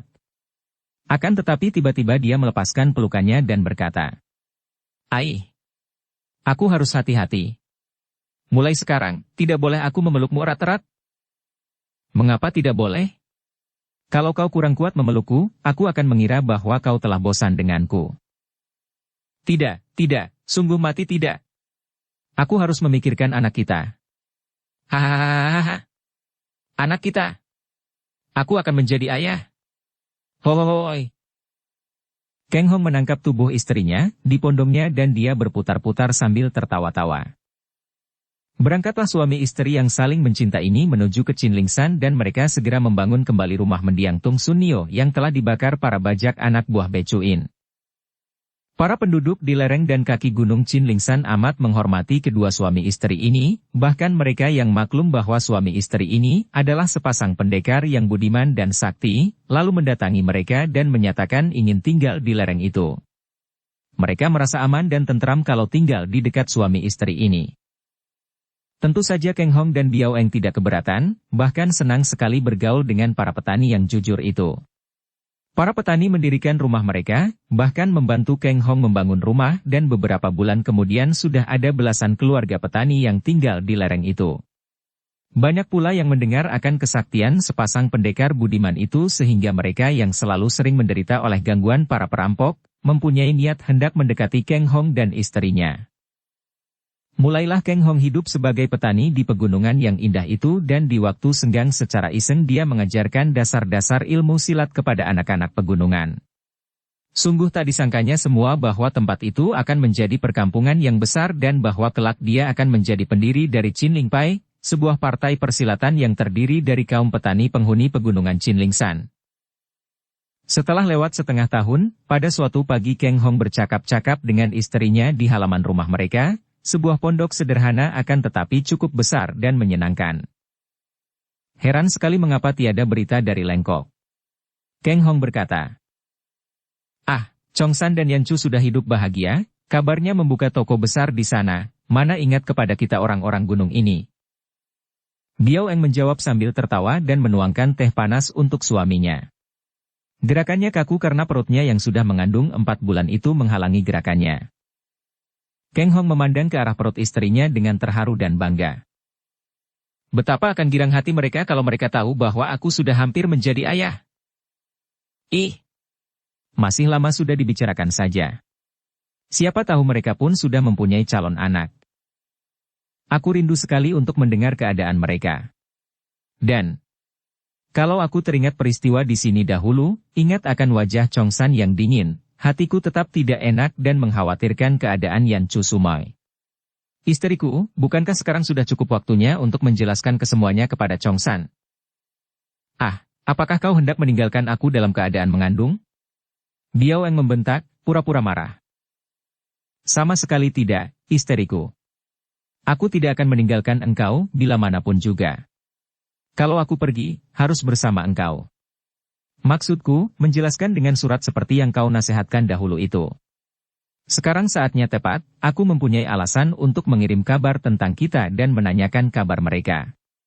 Nah, dalam surat itu dapat kusinggung tentang fitnah yang dilontarkan Cui Im itu, agar membersihkan hati Chong San dari rasa cemburu. Bagaimana?"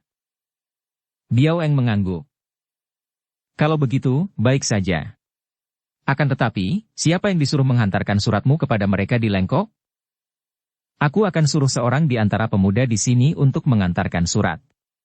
Dengan naik kuda kurasa dalam waktu 3 hari dia akan sampai di Lengkok. Sebaiknya kusuruh Haliok, dia pernah pergi ke kota dan orangnya cukup cerdik, tentu akan dapat mencari alamat Chong San di Lengkok." "Baiklah, Koko. Akan tetapi yang hati-hati kau menulis surat dan urusan cemburu itu kau singgung sedikit saja jangan sampai terlalu menyolok. Akan kutulis sekarang dan nanti engkau perbaiki kalau kurang sempurna." Kang Hong lalu mengambil alat tulis dan kertas, kemudian dengan alis berkerut dia mulai menulis sebuah surat dengan hati-hati dan sebaik mungkin. Setelah membuang waktu 1 jam lebih, akhirnya dia menyelesaikan surat itu dan memperlihatkannya kepada istrinya. Biao Eng duduk di kursi, membaca surat itu penuh perhatian, saudara Yap Chong San dan Yan Chu Sumo yang baik. Setengah tahun kita saling berpisah. Kami mengharapkan beritamu dengan hati penuh rindu. Kami harap kalian hidup bahagia seperti kami yang kini menanti hadirnya seorang anak kurang lebih 5 bulan lagi. Kami tinggal di Chinlingsan dan berhasil membangun kembali rumah mendiang Subo, dan kini tempat kami menjadi sebuah dusun yang ditinggali petani-petani pegunungan Chinlingsan. Kami harap kalian ada kesempatan untuk berkunjung, karena kami sudah rindu sekali. Sebagai penutup surat ini, kami harap semoga kalian jangan mempedulikan fitnahan keji yang dilontarkan iblis betina Be Cui Im di Chinlingsan dahulu, karena semua itu bohong belaka. Sekian dan sampai jumpa. Salam dari kami, Chia Kang Hong dengan istri.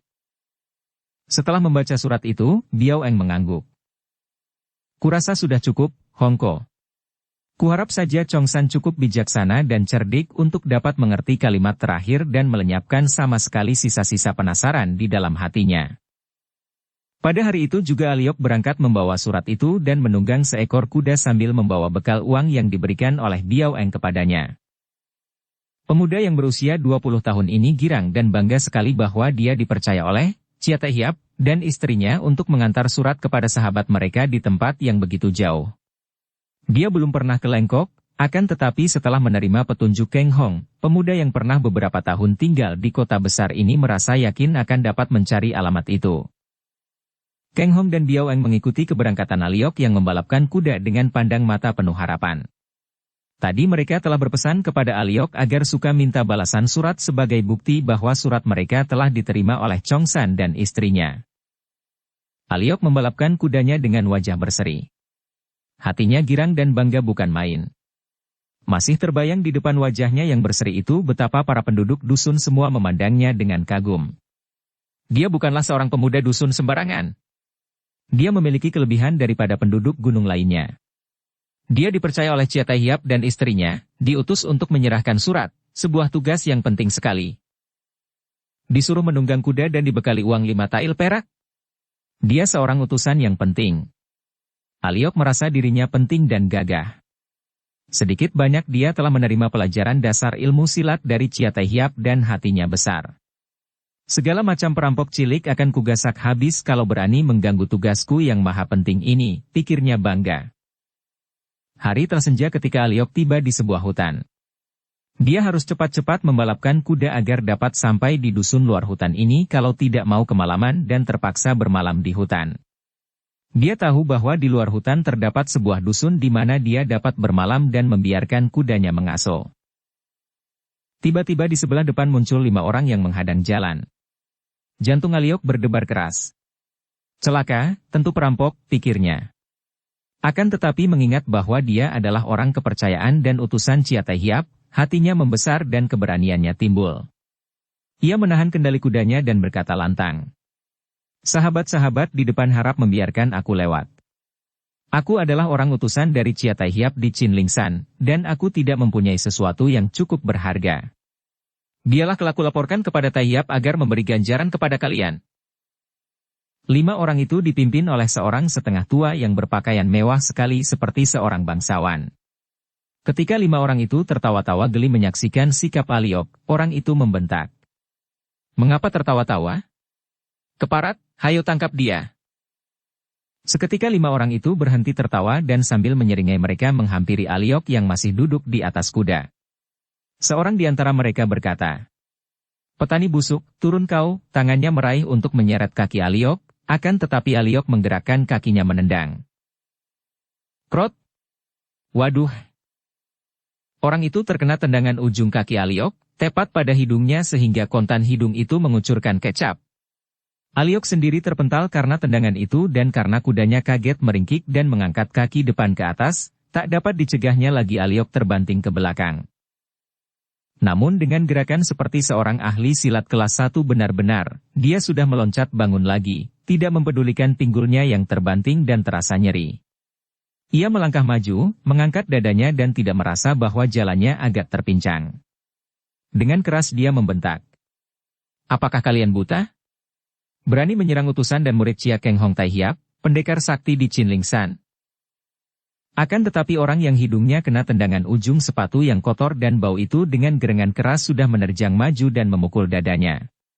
Aliok baru belajar dasar-dasar ilmu silat selama beberapa bulan, akan tetapi karena yang mengajarnya adalah seorang sakti seperti Chi Keng Hong, dasar ini sudah cukup baginya untuk dapat memasang kuda-kuda yang kokoh dan sekali menggeser kaki dan dia sudah berhasil mengelak, sedangkan tangan kirinya meluncur ke depan menghantam ke arah kepala si penyerang. Bruk! Auwu!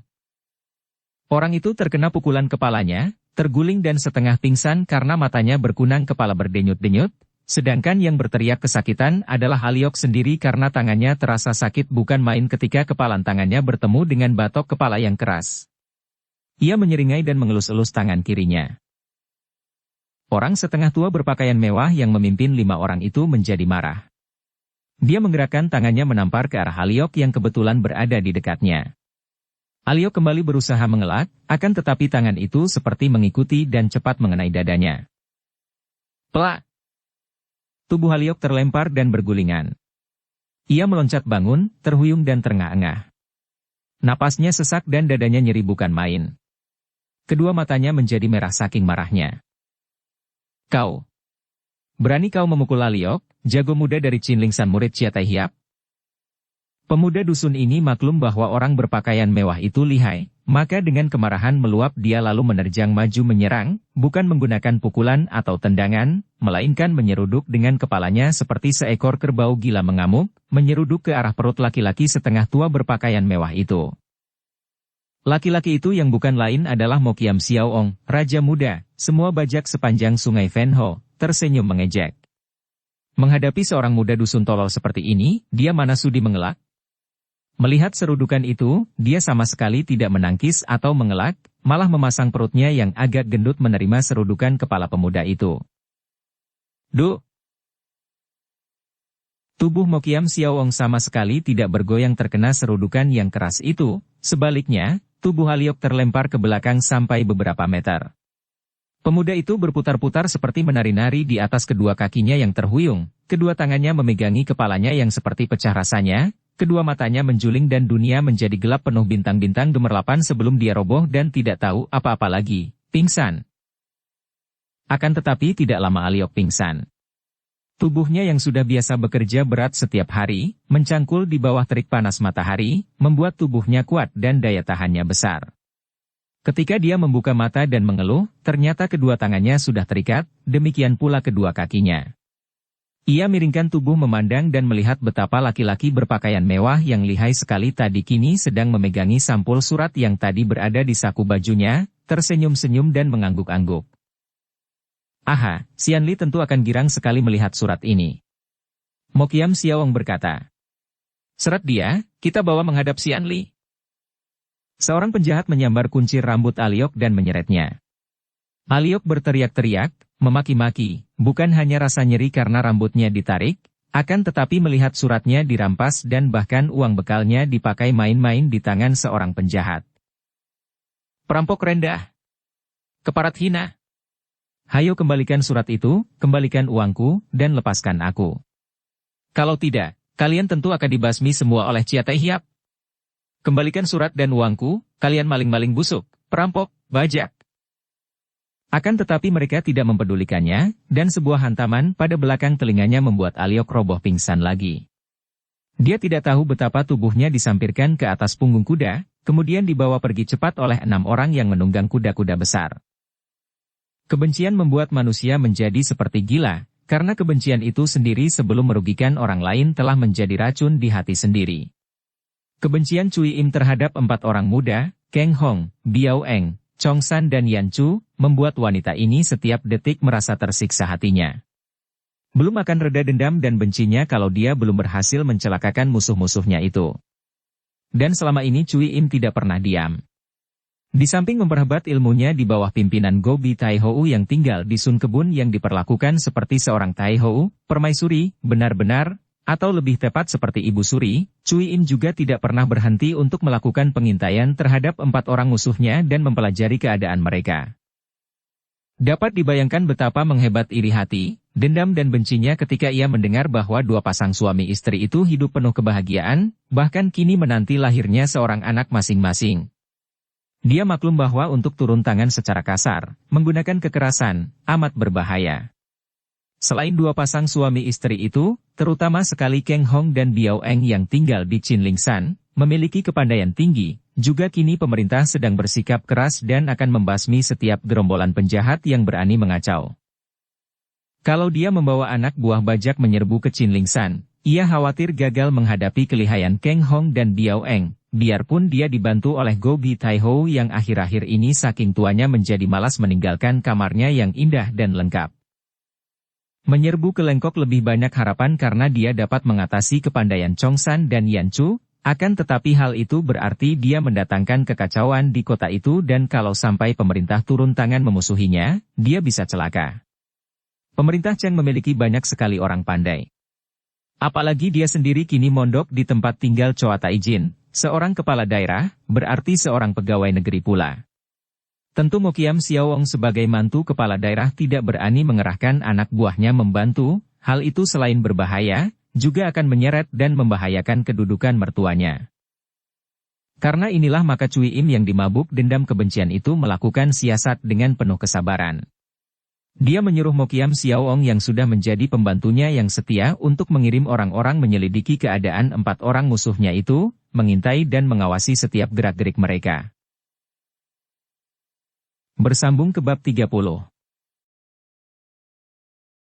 Dukung kami dengan subscribe, follow, like, komen dan share. Terima kasih.